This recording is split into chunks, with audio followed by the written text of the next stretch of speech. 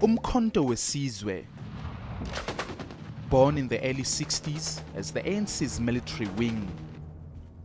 It generally became known as eNCA, its translation meaning Spear of the Nation, and was essentially the third stage in the anti-apartheid struggle. Passive resistance had given rise to a civil disobedience campaign. But that all changed when Hendrik Verwoerd's government said it would use maximum force to silence any notion of a liberation movement. You know, when the ANC was banned in 1960, and Madiba made this statement, it's then that we understood what he meant by saying the old chapter is closed. Namely that now we are going to take up arms and defend our people. There are many people who feel that it is useless and futile for us to continue talking peace and non-violence against a government whose reply is only savage attacks on an unarmed and defenseless people. It may have been a military movement, but MK's ultimate goal was to force the apartheid regime to engage the ANC in peaceful negotiations. Nelson Mandela traveled across the continent, drumming up military support from African states. MK launched its first guerrilla attack in December 1961, targeting government installations and structural apartheid symbols. But its soldiers had much to learn. I was caught in the very first action, because we were ham-handed, we were very amateurish. I mean, the bomb, the so-called bomb, the explosive charge that I placed in a magistrate's court in Johannesburg, I mean, it was infantile.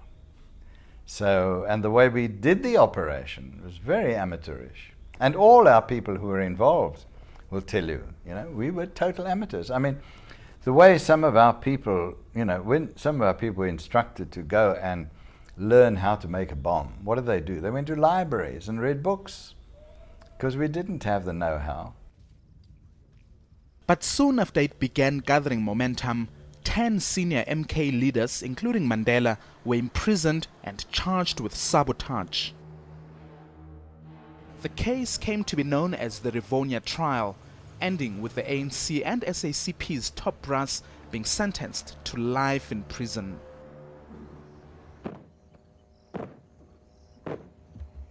Leading liberation movements were forced underground, and some feared it was the end of uMkhonto Sizwe. But the struggle continued.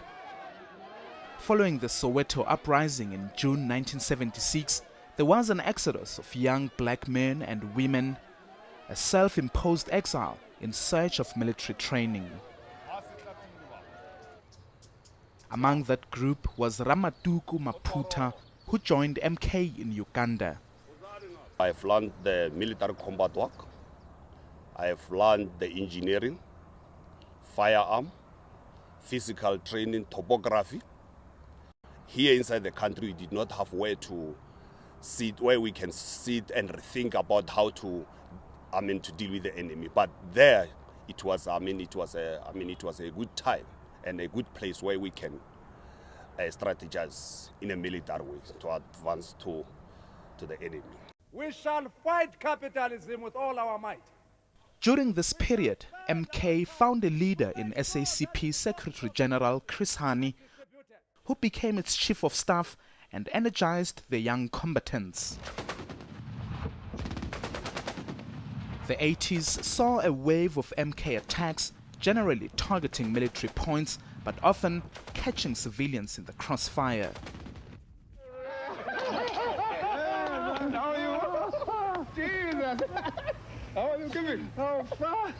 As the decade wore on, change began blowing across the country.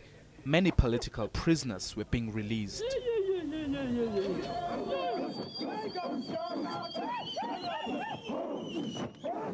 Shortly after Nelson Mandela walked free in February 1990, he visited MK camps across the continent. Oh, the mood was electric, I can tell you. You know, having been born so many years ago, hearing of this giant called Nelson Mandela, whom no one else has seen. But it was, for us, you know, a big day to see this giant called Nelson Mandela. All of us wanted to see him. We unfortunately didn't have cameras. By August 1990, MK operations had been suspended in preparation for the dismantling of apartheid. Many soldiers returned home to a hero's welcome. In 1994, as Nelson Mandela ascended to the presidency, it was time for MK to put down its arms, with many being integrated into the existing military to form the new South African National Defence Force. But there wasn't space for all of them. Hit by unemployment and poverty, some soldiers became disillusioned, resentment crept in.